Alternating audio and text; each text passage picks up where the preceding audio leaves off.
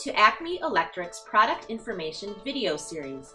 We are excited to bring you a series of videos that will cover everything from basic product information to training and tutorials.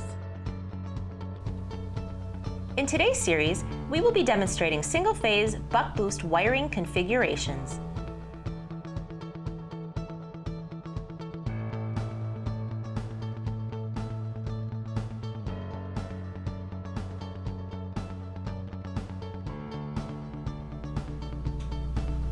This demonstration will follow figure GG in our Acme Electric catalog.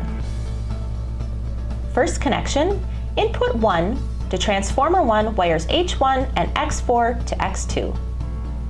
Second connection, transformer 1 wires H3 to H2. Third connection, transformer 1 wires X3 to X1 to output 1.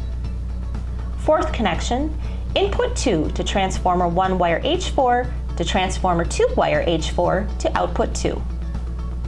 Fifth connection, input 3 to transformer 2 wire H1 to X4 to X2. Sixth connection, transformer 2 wires H3 to H2. Final connection, transformer 2 wires X3 to X1 to output 1.